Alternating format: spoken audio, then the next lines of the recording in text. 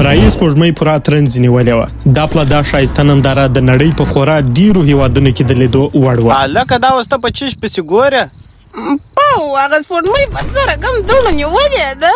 دا ګرد ستا په ګناه نیولې ده. څخله زه هغه بله شپه چې تا اوبه نشاله کوله لمر ترنځي نیولی و.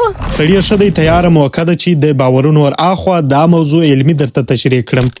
موږ چې سپوږمۍ هر وخت روښانه وینو دا ځکه چې د لمر وړانګې پر لګیږي او دا د لمر د وړانګو انعکاس دی چې موږ سپوږمۍ روښانه وینو. د سپوږمۍ ترنځ هغه وخت پیښیږي چې د مځکې کره پر سپوږمۍ د لمر وړانګې بندي کړي او بیا خاص هغه وخت موږ وینو کله چې میاشت پوره او سپوږمۍ درسته وي. سپوږمۍ خو په 29 ورځو کې یوه پله پر ټوله مځکه داسې راګرځي مګر ولې یې هره میاشت ترنځ نه نیسي؟ دا په دې خاطر چې سپوږمۍ پر مځکه یو څه کږه راګرځي هر وخت نو پر یوه لیکه نه وي سره برابر. کله چې مځکه د سپوږمۍ او لمر ترمنځ سي نو پر سپوږمۍ سایه یا سیوری کوي او دا سایه دوه ډوله وي. یوه یې باریکه سایه وي بله یې سیخ سیده پوره سایه وي. که سپوږمۍ په سیخ سیده یا پوره سایه کې راسي نو پوره تاریکه کیږي او د هغې ته نو موږ بشپړه سپوږمیزه ترنځه وایو. په دا وخت کې سپوږمۍ تکه سره یا توربخونده وي او دا ځکه چې د لمر هغه رڼا وي چې د مځکې د اټموسفیر له بغلو پر سپوږمۍ باریکې لګیږي هغه سرې ښکاري.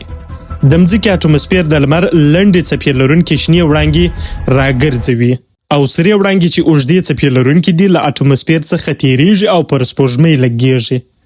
دا لکه هر سهار او مازدیګر چې دلته زموږ پر مځکه پیښیږي. کله چې لمر لویږي او یا راپورته کیږي شنې رڼاوې په اټموسفیر کې تیتیږي او سرې رڼاوې تر موږ رارسیږي.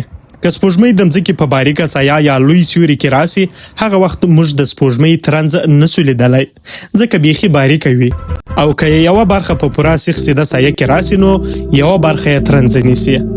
یو بل خبره چې راڅخه پاته نسی دا چې سپوږمۍ په کال کې 3 واره خامخا د مځکې او لمر ترمنځ په یوه لیکه کې راځي خو یوازې د مځکې پر هغه ځایګي د لیدو وړ وي چې هلته شپه وي.